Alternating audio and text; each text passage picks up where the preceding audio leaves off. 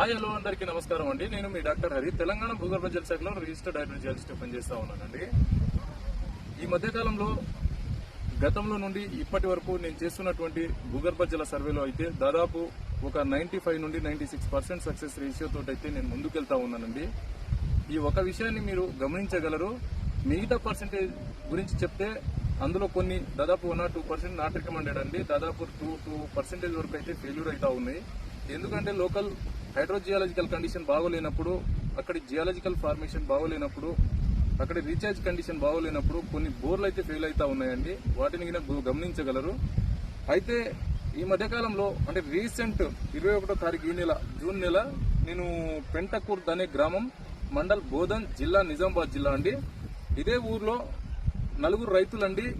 ఒక రైతు పేరు అంబెం గజేందర్, ఇతను పోలీస్ కానిస్టేబుల్ గా పనిచేస్తా ఉన్నారండి.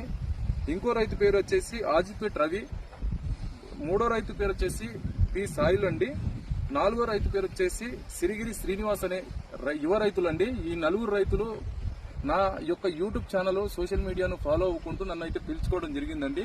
21వ తారీఖు నాడు పోయి డీటెయిల్ గా వారికి ఉన్నటువంటి 3-4 ఎకరాల భూమి అండి డీటెయిల్ గా సర్వే చేయడం జరిగింది. ఈ 4కి నేను పాయింట్ ఇవ్వడం జరిగిందండి. అయితే ఇందులో అంబెం గజేందర్ అనే యువ రైతుకు ఇతను అంటే కొంచెం తడి ఉండటం వల్ల బోర్ బండి పోలేకపోయిందండి. మిగతా 3 రైతులైతే డ్రిల్ చేసుకోవడం జరిగింది. దాదాపు 3 రైతులకి 2 నుంచి 2.5 ఇంచెస్ ఆఫ్ వాటర్ అయితే పడ్డదండి. అయితే ఇలాంటి విషయాలను మీరు గమనించాలండి. ఎందుకు మేము ఇక్కడ పర్టికులర్ ఈ రైతులకి ఇక్కడి హైడ్రోజియాలజికల్ కండిషన్ మేరకు మాత్రమే పాయింట్ ఇవ్వడం జరిగిందండి. ఇదే ఏరియాలో రైతులు దాదాపు ఒక్కొక్క వాళ్ళ యొక్క సైట్లలో 10 నుంచి 12 బోర్లు వేసుకొని ఫెయిల్యూర్ చేసుకోవడం జరిగిందండి. ఆ ఫెయిల్యూర్ అయిన క్రమంలో ఒక్కసారన్నా మంచి జియాలజిస్ట్ తోని సర్వే చేయించుకోవాలనే ఉద్దేశంతో నన్ను గతం నుండి ఫాలో అవ్వకుంటూ ఎన్నోసార్లు ఫోన్ చేస్తే గానీ మనం ఈ రోజు అంటే రీసెంట్ గా నేను 21వ తారీఖు నాడు వెళ్లి సర్వే చేయడం జరిగిందండి. సో చాలా సంతోషం అనిపిస్తుందండి.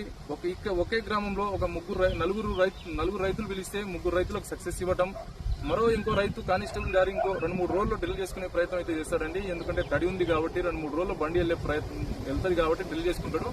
అది అయిన తర్వాత ఆ స్టేటస్ కింద పెట్టే ప్రయత్నం చేస్తాను.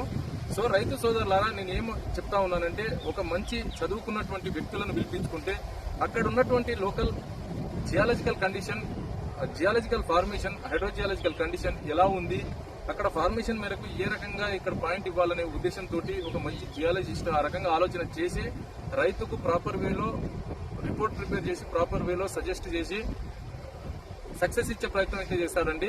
సో ఇది నేను పదే చెప్తా ఉన్నాను. Local geological formation, hydrogeological condition అనేది మస్ట్ అండ్ షుడ్. లోకల్